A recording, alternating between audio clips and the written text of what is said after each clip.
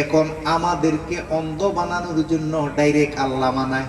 Direct না না না, আল্লাহ কয় আগে তুমি একজন সত্যবাদীর সাথী হও, একজন কামেল গুরুর সাথী হও। জোরে কোন সুবহানাল্লাহ।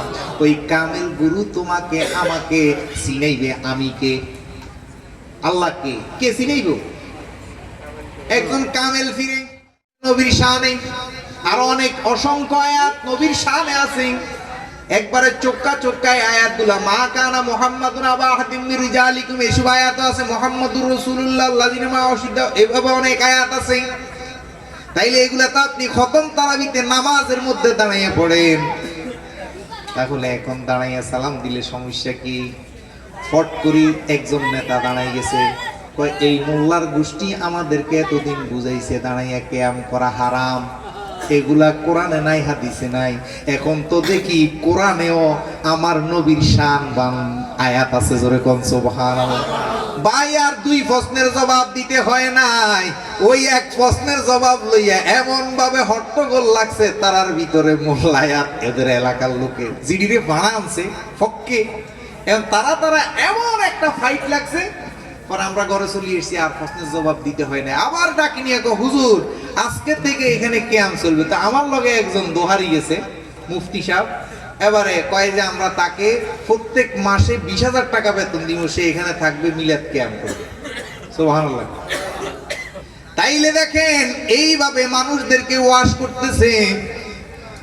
এখন কত সুন্দর কথা, ওই মূল কথা যাই, কথা আর বাড়াবো না। তাহলে আপনি সূরা ফাতিহার মধ্যে বলতেছেন ইহদিনাস সিরাতাল মুস্তাকিম, আমাকে সহজ সরল পথ। আর ইন্না সূরা কাউসারের মধ্যে বলতেছেন নিশ্চয় আমি আপনাকে কাউসার দান করিব।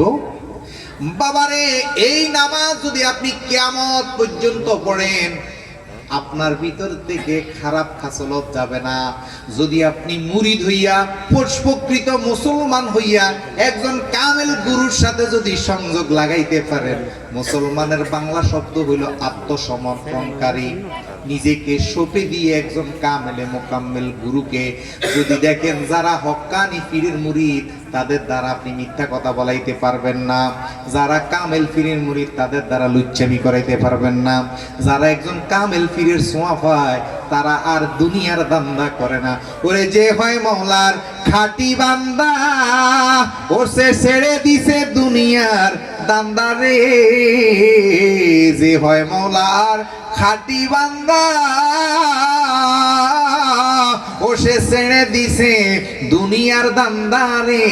ওরে মুর্শিদ কদমে হইয়া বান্দা, মুর্শিদ কদমে হইয়া বান্দা, চায় না কাম কাঞ্চনের দিকে। দয়াল গুরুর অপার দয়া, আমি দয়ার পাত্র নই। ওই আমি কি দিয়ে পাইব দয়া, কি দিয়ে পাইব দয়া, তারে ভালো বাসি কই।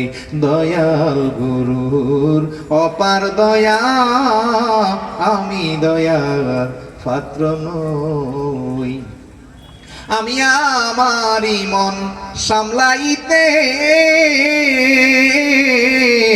পারলাম না আর কোনো মতে গো। আমি আমারই মন সামলাইতে পারলাম না আর কোনো মতে গো। আমি ভ্রমি শূন্য অবিদ্যাতে, ভ্রমি শূন্য অবিদ্যাতে, মনে মনে রাজা হই। মনে মনে ভাবি আমার মতন শেয়ানা, আমার মতন বড় রাজা আর পৃথিবীতে কেউ নাই। আসলে হুদ্দা, আসলে কি হুদ্দা। এই জন্য কই মনে মনে রাজা হই। দয়াল গুরুর অপার দয়া, আমি দয়ার পাত্র নই। ও গুরু দেখা দিতে সঙ্গে ফিরে, আমি কবু চাই না পীরে গো। আপনাকে কামেল গুরু কইছে কি, শুদ্ধ গুরু নিত্য সচেতন, অচেতনকে চেতন করতে করে পানপন। যিনি সত্য প্রেমিক, সঠিক প্রেমিক, তিনি শুধু আপনার পিছিয়ে পিছিয়ে ঘুরবে, শুধু আপনাকে সুপথে আনার জন্য, আর কিছুর জন্য না। আর এখন অনেক ফির আছে শুধু ঘরে ঘুরে এই মাসিক চাঁদার জন্য, উরুসের চাঁদার জন্য, এইসবের জন্য। না না না, সূক্ষ্ম প্রেমিক শুধু আপনার এই মনটাকে সুপথে কিভাবে নিয়ে আপনাকে মানুষ বানাইতে পারে সেই আশায় ঘুরবে। ওই এমপি, মন্ত্রী, নেতা, আপনার মিটিং, মিছিল, এগুলোর জন্য গুরু না মিয়া, এটার জন্য আলাদা জিনিস। এই জন্য কইছে গুরু দেখা দিতে সঙ্গে পীরে আমি কবু চাই না পীরে গো, আমি কাম কাঞ্চনের ফানে ফিকিরে। কাম মানে যৌবন, সেক্স, দুনিয়াবি খায়েশ, আর কাঞ্চন মানে নারী। কাম কাঞ্চনের ফানে ফিকিরে সদাই দূরে দূরে রই দয়াল গুরুর অপার দয়া, আমি দয়ার পাত্র নই। যারা বাবা গুরুকে মানার মতো মেনেছে, যেমন বিল্লালের জিরবাটা কাটছে, নবীর প্রেম ছাড়ে নাই। সুবহানাল্লাহ কোন বাবারে, অস্করণী পাগলা 32 দন্ত ভাঙছে, কিন্তু গুরু প্রেম ছাড়ে নাই। এখন আমাদেরকে অন্ধ বানানোর জন্য ডাইরেক্ট আল্লাহ মানায়। ডাইরেক্ট না না না, আল্লাহ কয় আগে তুমি একজন সত্যবাদীর সাথী হও, একজন কামেল গুরুর সাথী হও। জোরে কোন সুবহানাল্লাহ। ওই কামেল গুরু তোমাকে আমাকে চিনাইবে। আমি কে? আল্লাহকে কে চিনাইব? একজন কামেল ফিরে। তাইলে আগে কি কইছে? গুরুকে ভালোবাসতে হবে। দেখেন খাদিজা মা আয়েশা, এই ফেরাউনের ঘরে, নমরুদের ঘরে, আসিয়া, মরিয়ম, ওরাই ইসলাম ধর্ম গ্রহণ করে নাই, নবী মানে নাই, গুরু মানে নাই। এই গুরু আমাদের বাংলা ভাষায় হইল গুরু, এইটা আরবিতে নবী, অলি, গাউস, কুতুব বিভিন্ন ভাষায় আসছে। আজকে শুধু ভাষার মিনিংসটা যদি আমি আপনি বুঝি, তাহলে আমি আগেও বলছি, শুধু মুসলমান শব্দের অর্থ যদি বুঝি, মুসলমান শব্দটা মুসলমান, মুসলিম শব্দ আরবি শব্দ, এটার বাংলা হয়েছে মুরিদ। এই মুরিদ কথাটা যদি 100% আমরা যদি বুঝে যাইতাম, তাইলে 2 বছর, 5 বছর, 10 বছর ডস খাওয়ার পর হইল, কিছুদিন পর হইল একজন আল্লাহমুখী আল্লাহ পাইতাম। জোরে কোন সুবহানাল্লাহ। ঠিক না বেঠিক? বাবা গভীর মনোযোগ।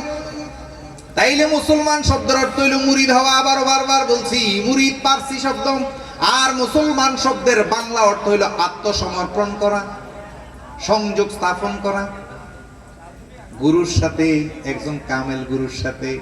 বাবারে মরিয়ম, আসিয়া, এরা আল্লাহরে ভালোবাসে নাই, ইব্রাহিম মুসার প্রেমে পাগল হইছে, হাজরায়। এই জন্য তারা দুনিয়া এবং আখিরাতে আছে এবং থাকবে। জোরে কোন সুবহানাল্লাহ। বাবারে বিল্লাল রাদিয়াল্লাহু তাআলা আনহু নবীর জন্য পাগল হইছে, জিরবা কাটছে, এই জন্য এখনো বিল্লালের নাম আছে না নাই? বাবারে যার যার গুরুর জন্য, খাজা বাবা উসমান হারুনির জন্য, গৌসুল আজম মাইজভান্ডারী আবু সালেহ লাহোরীর জন্য, সাকরাপুরের রজব আলী গৌসুল আজম মাইজভান্ডারীর জন্য, শাহ ওলিউল্লাহ রাজাপুরী গৌসুল আজম মাইজভান্ডারীর জন্য, আমির ভান্ডারী এবং কি মাওলানা হাদি কাঞ্চনপুরী, এদের দরবারে গেলে দেখা যায় এরা মরি গেছে না মরি আছে। বাবা আইনুদ্দিন শাহ, সুলেমান ল্যাংটা, শাহ আলী বাবা, বাবা শাহজালাল, যতগুলা ওলি আল্লাহ আছে বাবা, তারা শুধু একজন গুরুকে নিজের জীবনের চেয়ে বেশি ভালোবাসছে, সেই জন্যই তারা মরিয়া অমর হয়েছে। জোরে কোন সুবহানাল্লাহ। যেই পর্যন্ত গুরু চিনবে না, এই জন্য রমেশ লেখে গুরু মন্ত্র সর্বমন্ত্র সার, গুরু বিশ্বাস হলে দেখবি সব একাকার। গুরু মন্ত্র সর্বমন্ত্র সার, গুরু বিশ্বাস হলে দেখবি সব একাকার। ওরে সদ্গুরু যার ভাগ্যে জুটে না, কোন গুরু না? এমপি মন্ত্রী হইব, নেতা হইব, হ্যাঁ 15-20 গা সাজাই মানুষের দাওয়াত দিব, হিডা সদ্গুরু যার ভাগ্যে জুটে না। রমেশ কয় জনম বিফল দেখতে পাবি, গুরু নামে বিশ্বাস করেছ। আহা, ও গুরু শান্ত সিক্ত গুরু নিত্য শান্ত সিক্ত মুক্ত নিত্য অন্তিম কালের সম্বল গুরু বিপদ কালের সম্বল গুরুর নামে বিশ্বাস করে চল। সৎগুরু যার ভাগ্যে জুটেছে, এই যে মনমোহনের ভাগ্যে গৌসুল আজম মাইজভান্ডারীর জুটেছে, তাই কামেল মুকাম্মেল হয়েছে, কন্যা সুবহানাল্লাহ। রমেশের ভাগ্যে সৎগুরুর জুটেছে একজন, এই জন্য আল্লাহ কোরআনের সূরা লোকমানের 15 নম্বর আয়াতে বলে ইত্তাবি সাবিলা মান আনাবা ইলাইহা, আল্লাহ মুখী, আল্লাহ ওয়ালা। আবার আল্লাহ আহা রঙ্গিলা দয়াল বাংলারে, আহা মাওলার যে কত খেলা। আবার হে কয় তো যার ভাগ্যে আমি সত্যিকার সৎ মুর্শিদ রাখি না, সে জন্ম গেলেও পায় না। তার সমান আবু জাহেল দেখা নবীরে ফাতর মারে, আবু জাহেল ফাতর মারে, মুমিনা কুটনি বিষ খাবায় মহিলা, আর খাদিজা জীবন যৌবন সব দিয়া লায়। কিও এই জন্য বাজার সবার ভাগ্যে কামেল গুরু জুটবে না, যদি নসিবে না থাকে, তবে চেষ্টা করতে হবে ভাগ্যের পরিবর্তন করার জন্য। তাই বাজান সঠিক বিষয়গুলা যেই যাহা করেন, এখন কোরআন শরীফ বাংলা আছে, অ্যাপসে ঢুকেন, এই যে আমি যে কথাগুলো বলছি, আমি আয়াত নাম্বার সহ বলছি, আপনি ঢুকেন, ঢুকি দেখেন যে কি বলতেছে। আল্লাহ আপনাকে আদেশ করছে, নিষেধ করছে সুদ না খাওয়ার জন্য, ঘুষ হারাম না খাওয়ার জন্য। আপনি এই আদেশ নিষেধ এগুলো কোরআনের মধ্যে আসছে, এগুলা দাঁড়াইয়া দাঁড়াইয়া আবার আল্লাহরে শুনাইতেছেন। আল্লাহর বাণী আল্লাহকে শুনাইতেছেন না, আল্লাহকে শোনানোর জন্য বলে না, এগুলা মানার জন্য বলছে। এগুলো কিসের জন্য বলছে? এই জন্যই ইলমে তাসাউফ একজন হক্কানি ওলি আল্লাহ, যিনি আল্লাহমুখী, ওইরকম একজন লোকের সঙ্গ নিতে হবে, তাহলে আপনি সঠিকটা পাবেন। আর না হলে দলবদ্ধ হইবেন, এই পীরের মুরিদ বেশি, ওই দলের লোক বেশি, ওই পীরের দরবারে মহিষ গরু বেশি যায়, ওই পীরের মাজার অনেক সুন্দর, আহা, এইগুলো না। আল্লাহ বলছে হৃদ আসনকে সাজানোর জন্য। গৌসুল আজম মাইজভান্ডারীর কালামে লিখছে জ্বালাইয়া জ্ঞানের বাতি। কিসের বাতি? জোরে বলেন কিসের বাতি?